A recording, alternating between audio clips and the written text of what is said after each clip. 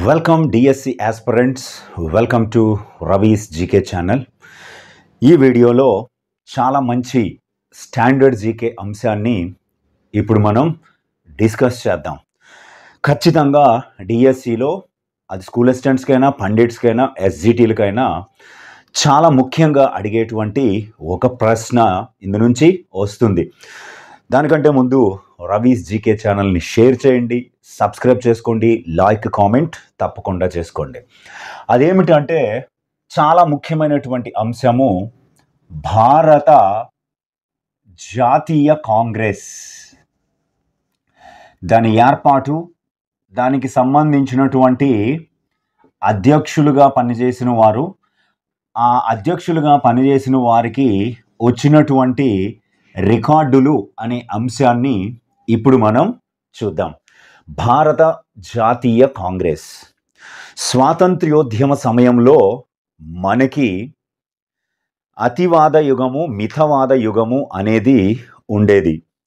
ఆ యుగాలలో భాగంగా బ్రిటిష్ వారి చేత భారీగా వారితో పోరాటం చేస్తూ భారత స్వాతంత్ర్య సంపాదన కోసం మనం ఒక కూటమిని ఏర్పాటు చేసుకోవాలని నిర్ణయించారు. అందులో భాగంగానే భారత జాతీయ కాంగ్రెస్, ఇండియన్ నేషనల్ కాంగ్రెస్ను ఏర్పాటు చేయడం జరిగింది. ఎప్పుడు ఏర్పాటు చేశారు అంటే 1885లో ఒక civil servant, retired civil servant, ఈయన రిటైర్ అయిన తర్వాత ఈ సంస్థని స్థాపించారు.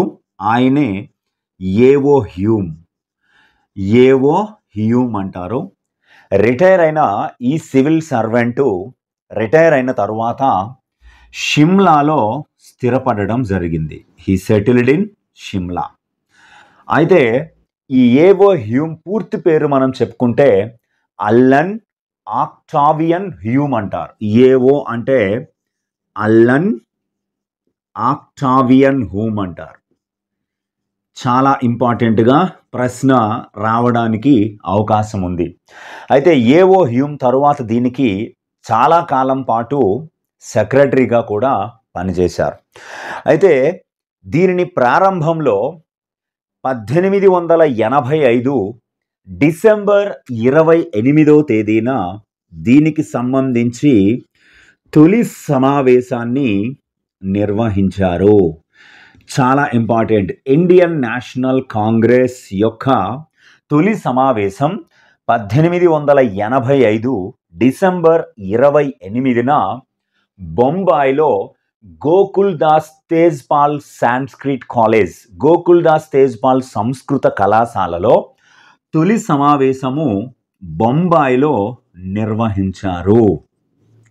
ఆ బొంబాయిలో నిర్వహించిన ఈ సమావేశానికి కేవలం 72 మంది మాత్రమే హాజరయ్యారు.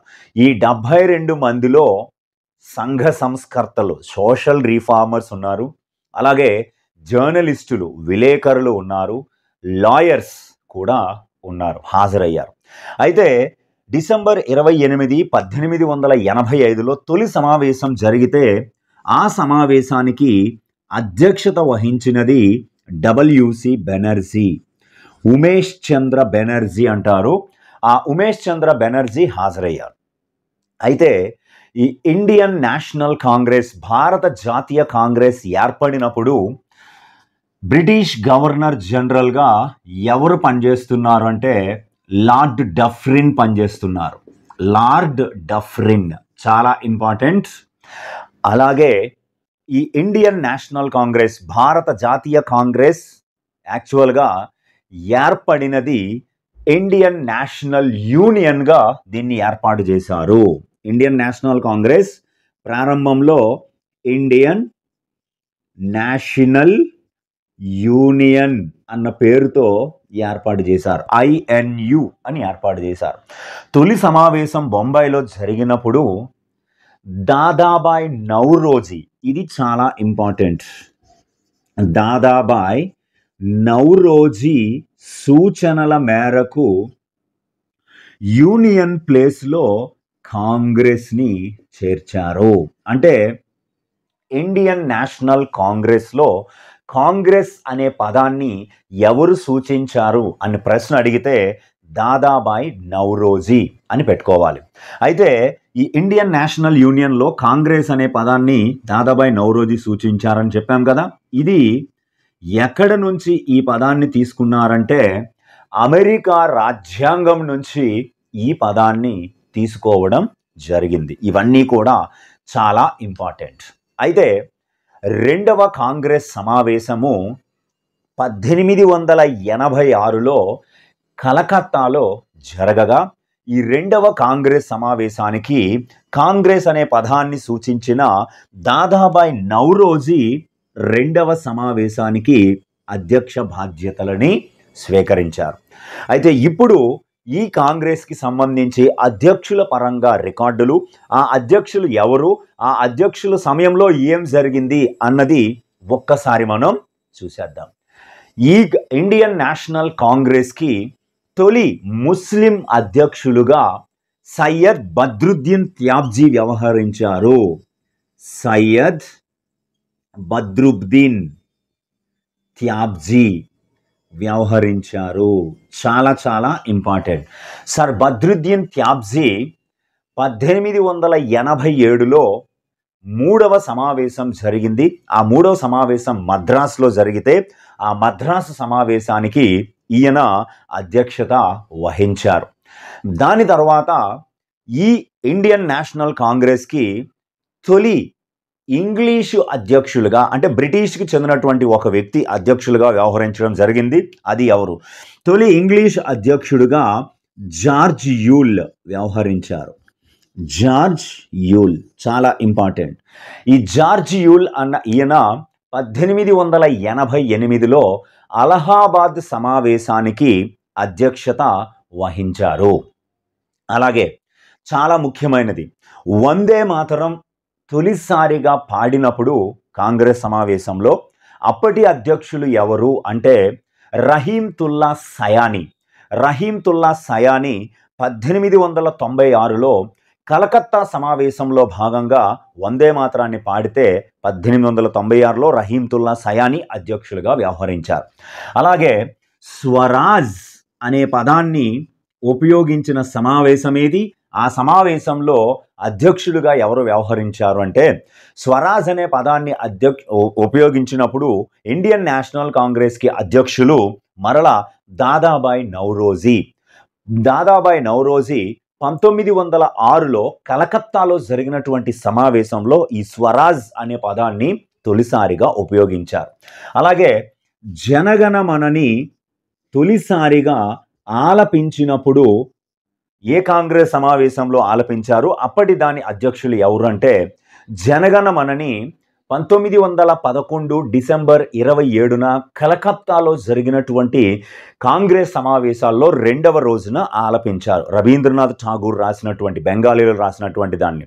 ఆ జనగణమనని మొదటిసారిగా ఆలపించినది రవీంద్రనాథ్ ఠాగూర్ మేనకోడలైన సరళాదేవి చౌదరాణి.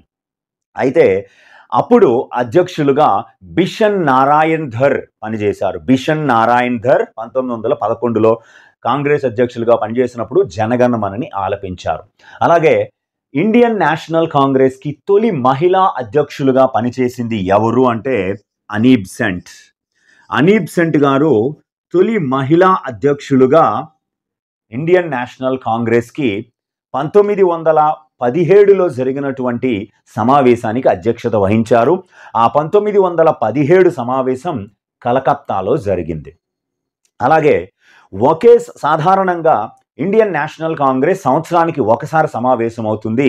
కానీ తొలిసారిగా ఒకే సంవత్సరంలో 2 సార్లు కాంగ్రెస్ సమావేశాన్ని ఏ సంవత్సరంలో నిర్వహించారంటే 1918లో ఒకే సంవత్సరంలో 2 సార్లు కాంగ్రెస్ సమావేశాన్ని నిర్వహించడం జరిగింది.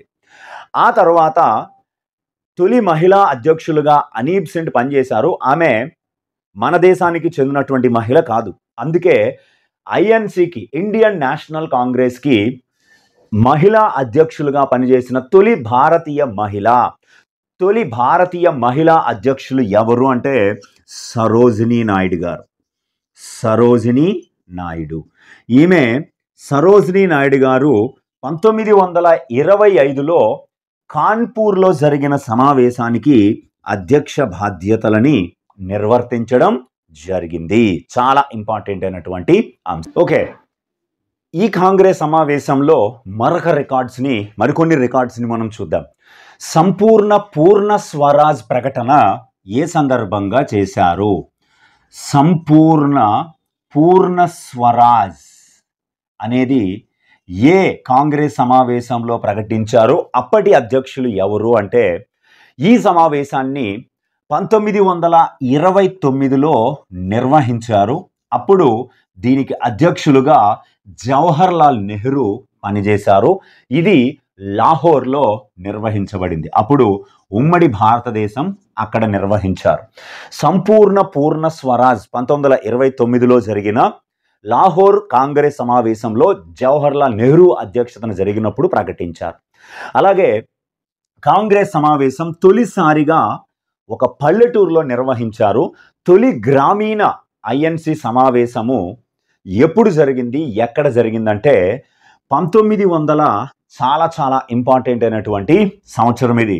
36లో ఫెయిజ్పూర్ అనే ఒక పల్లెటూరులో నిర్వహించారు. ఫెయిజ్పూర్ ఎక్కడ ఉంది అంటే మహారాష్ట్రలో ఉన్నటువంటి సమావేశం. ఈ మహారాష్ట్రలో ఉన్న ఫెయిజ్పూర్లో 1936లో జవహర్ లాల్ నెహ్రూ గారు అధ్యక్షతన జరిగింది ఈ సమావేశం కూడా. జవహర్ లాల్ నెహ్రూ. అలాగే స్వాతంత్ర్యానికి ముందు జరిగిన సమావేశానికి అధ్యక్షత వహించింది ఎవరు అంటే, స్వాతంత్ర్యానికి ముందు అంటే మనకు తెలిసిందే కదా, 1946లో. స్వాతంత్ర్యానికి ముందు 1946లో జరిగినటువంటి సమావేశము మీరట్, ఉత్తరప్రదేశ్లోని మీరట్లో జరిగితే ఆచార్య జేబి కృపాల్ అని దీనికి అధ్యక్షత వహించారు. దీనికి ఇంకో క్వశ్చన్ కూడా ఉంది. స్వాతంత్ర్యం తరువాత జరిగినటువంటి తొలి సమావేశంకి అధ్యక్షత వహించింది ఎవరు అంటే, స్వాతంత్ర్యం తరువాత జరిగిన తొలి సమావేశం 1948లో జరిగింది.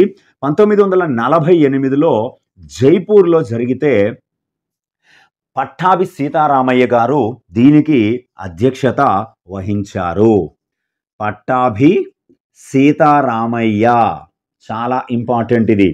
పట్టాభి సీతారామయ్య గారు దీనికి అధ్యక్షత వహించారు. అలాగే మహాత్మా గాంధీ అధ్యక్షత వహించిన ఒకే ఒక్క కాంగ్రెస్ సమావేశం జరిగింది. మహాత్మా గాంధీ. అయితే మహాత్మా గాంధీ తొలిసారి కాంగ్రెస్లో కనిపించింది అయితే 1901లో కలకత్తాలో జరిగినటువంటి సమావేశంలో దిన్షా ఈ వాచు దానికి అధ్యక్షత వహించారు. కానీ మహాత్మా గాంధీ ఐఎన్సి సమావేశాలకి ఒకే ఒక్కసారి అధ్యక్షత వహించారు. ఆ మహాత్మా గాంధీ అధ్యక్షత వహించిన ఒకే ఒక్క కాంగ్రెస్ సమావేశము 1924 కర్ణాటకలోని బెలగాంలో నిర్వహించడం జరిగింది. అలాగే ఈ కాంగ్రెస్కి తొలిసారిగా ఒక తెలుగు వ్యక్తి అధ్యక్షులు అయ్యారు.